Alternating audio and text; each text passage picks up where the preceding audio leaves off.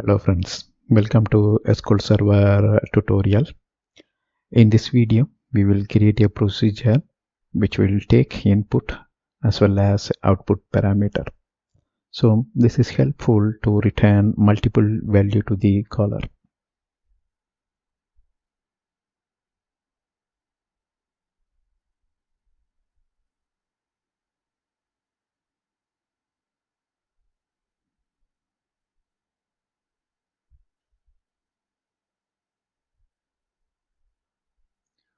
In our previous example, we executed the procedure and printed the total authors via returned statement.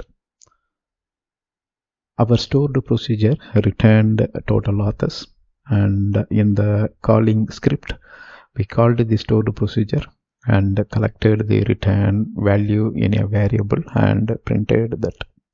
So that's what we did, and our previous procedure returned single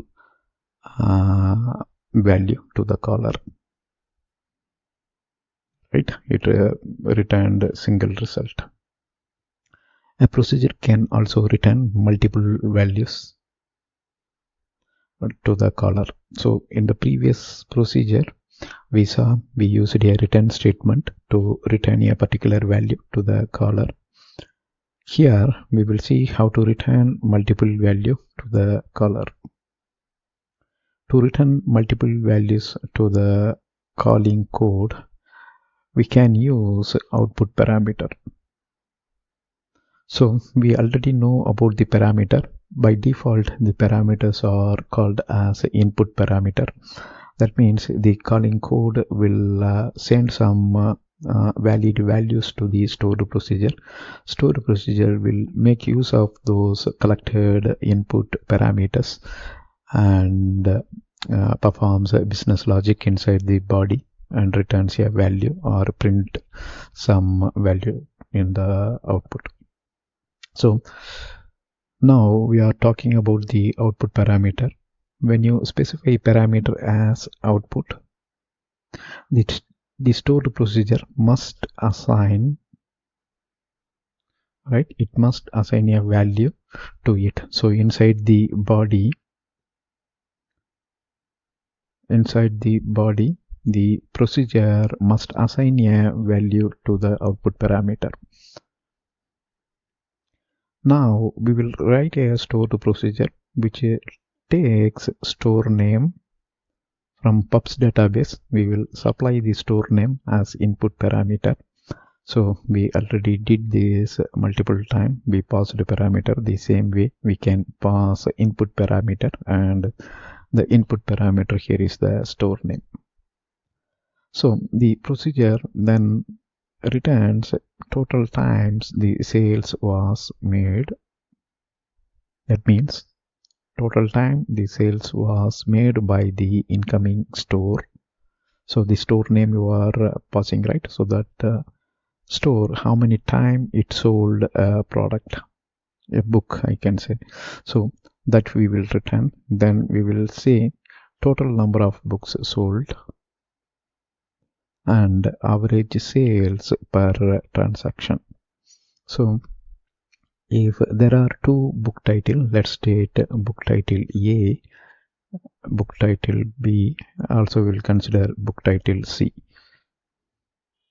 and let's state that this is how the sale was made.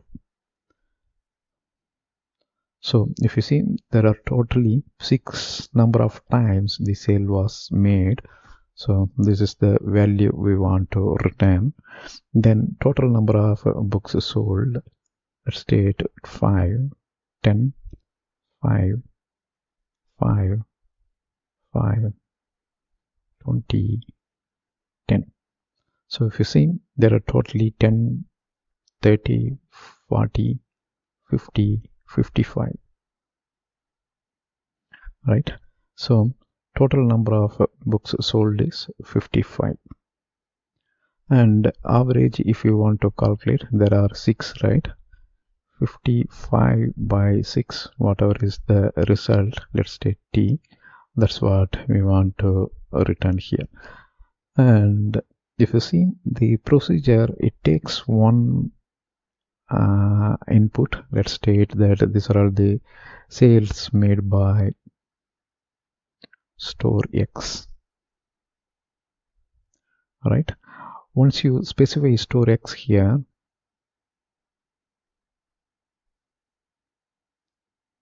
the procedure will calculate all this and returns that. So how it will return? It will return based on the output parameter. Now let's go to the example and see how we are using the output parameter. So our procedure name is get store data, and if you see, this is the input parameter, and we have 3 output parameters, right? So 1 input parameter and 3 output parameter, and we named the variable as it is. Say for example, this is store name. Why? Because the stored procedure accepts a store name.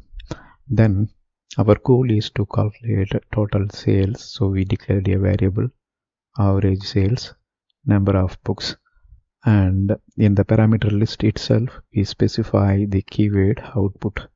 That means SQL Server knows that the body will pack these variables, and that means it will make an assignment of these variables. So once the stored procedure finishes its execution, the caller will retrieve the assigned value from this output variable. So that we will see soon here.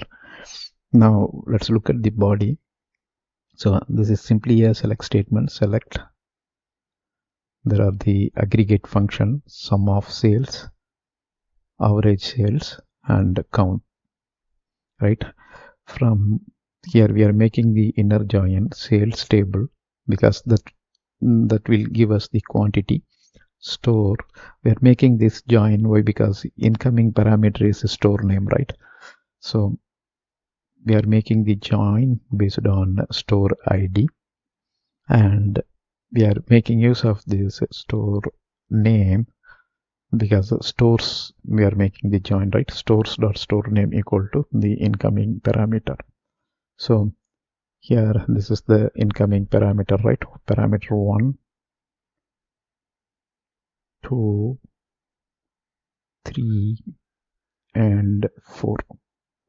And if you see how parameter 1 is used here. So to filter the data, we are using the incoming parameter 1. So now this is simply a select statement. Select sum of sales.quantity, average of sales.quantity, and count star. This will return total number of records from this inner join based on the filter, right? So this sum will return total quantity, right? In the previous slide we saw one example of 55. So likewise it will get the total sales of a book, and that value is assigned to the incoming, the output parameter. So here it is parameter 2, right? Similarly here we are assigning the value to average sales. So this is parameter 3, that's also assigned a value. Parameter 4 that we are assigning here, and that tells count. So number of books sold, that we are getting it based on the count star, and average sales. So say for example, if there are 5 transactions, so sum of this quantity divided by 5 will give the average. But here we are simply making use of the aggregate function average, and we are assigning that here, and sum of sales we are assigning it here. Right now all output variables also packed. Input variable is used in the where condition. So that's all this stored procedure is doing, right? Here we are making the multiple assignment, and here we are making use of our input parameter. Now, so this is the calling code. Here if you see, we are declaring store name, total sales, average, number of books, and that's also there are 3 variables. This variable we will collect from this after the execution. And set store name. Store name here we are setting it as news and briefs. So you can see how we are executing the procedure. exec, that's the keyword. The procedure name is get store data. First parameter is sname. Sname we already assigned a value, so value 1 is supplied here, and here we will get value 1. That means news and briefs, and news and brief is substituted here in the where condition, right? Then when we are making call to the stored procedure, the time itself we specify our variable name, say for example total sales, and we specify the keyword output, right? The same way average, that's our local variable local to this script. Type is, the flow type is output. Then number of books, flow type is output. So when we are calling, that time also we are specifying the output, and here also we specify the output. So here the stored procedure is declaring these variables as output parameter, and when we are making call to the stored procedure, that time also we are stating that these variables are output parameter in the stored procedure. That means all this value will get assigned inside the stored procedure, right? Now here we are simply making the print statement total sales. Since all these are small int, we are making the convert and printing the total sales, average, and number of books. And if you see, the execution of stored procedure will assign a value to the total sales, average, and number of books. Alright, now we will go to the demo and see how the procedure is working. So in the PowerPoint slide, we saw a query, right, that assigns 3 value, and this is that query. And if we execute it, you can see what we supply is the store name, and based on this quantity we return the value, right? So total number of transaction is 4 here. 4 transaction was made by this specific store. Of course there are multiple order here. This is order number 1, this is order number 2. Order number 2 made 3 sales, order number 1 is only 1 sales. So totally there are 4 sales, and the total quantity is sum of this 40 plus 10, 50, 70, 90, right? And the average is 90 by 4. Alright, now let's go to the new query window and write the procedure. So we already talked about this procedure. Get state data is the procedure name, and this takes 4 parameter. Parameter 1, that's input. If we don't specify output, then it will be treated as an input, just like what we did previously. Here if you see, all these are input parameters since we don't specify output. And in this case the parameter is output, total sales, average, and number of books. Here we are assigning our output inside the body. For that we make use of a join query, and in that join query, to perform filter we are making use of the input parameter store name. Alright, now we will execute this to create the stored procedure. Command completed successfully, and when you refresh you can see the stored procedure here. And this stored procedure get store data. In the parameter you can see there are 4 parameter, and the arrow mark here shows for this one. If you see, the arrow mark is downward. That means the parameter is incoming parameter, and other stuff, if you see, the icon shows that the upward arrow, that means those are all output parameter. Also here also you can see the output as input output. So parameter we are passing, but it will be assigned inside the stored procedure, and the arrow mark denotes what kind of flow it is, right?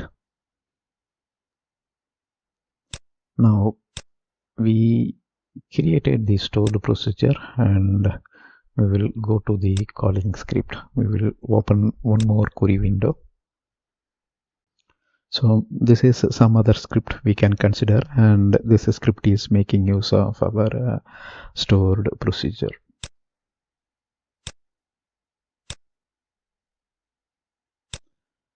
And if you see here, we declare all 4 variables. SName, that holds the input parameter. Total sales, this is to collect output. Average output. Number of books, this is also to collect the output parameter. And since this we are going to use it as input parameter, we are assigning the store name here, news and views. And we already executed news and views, so there are totally 4 records in it, right? News and views, if you see, there are 4. Later we will use some other store name also for test purpose. Now we just assigned news and views to this specific variable. After that we are executing the stored procedure. The stored procedure name is get store data, and you can see that here SName, that means store name. Here we are passing based on positional notation. So the first parameter should match with this one. So SName is local here, and it is holding the value news and views that will get substituted to store name, right? And in the stored procedure, if you see, that will be used in the where condition. The other parameters are for output. So total sales, ABG sales. The variable name, no need to match between calling and caller. No need to match means we no need to use the same variable name. Here it is total sales. Here also it is total sales. But here if you see, the procedure is taking it as a ABG sales. Here it is ABG. Number of books here, and here is also it is number of books. So once we get the output assigned to this variable, we are printing that here in the script. Total sales get assigned, right? We are converting it and printing it. Now let's execute this script, and you can see total sales is 90. So this is news and views, right? Total sales 50, 70, 90. Total sales is 90, and average is 22. Number of books sold is 4. Right? Suppose if you want to use here, if you see, there are totally for easy verification purpose, let me take this one. So 35, 45, 50, there are 60 books here. That many quantity got sold, and here I'll copy this, and we will simply change the parameter name, and when you execute you will see that result. Total sales is 60. You can see that here.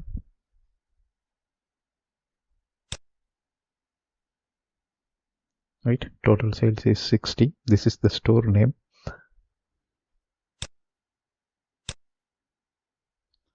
Number of books, so this is not number of books, this is number of transaction, and the average is 20.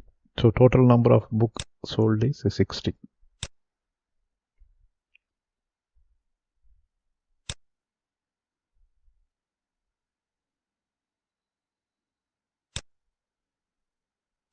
So here in the calling procedure, the caller should use this as number of transaction.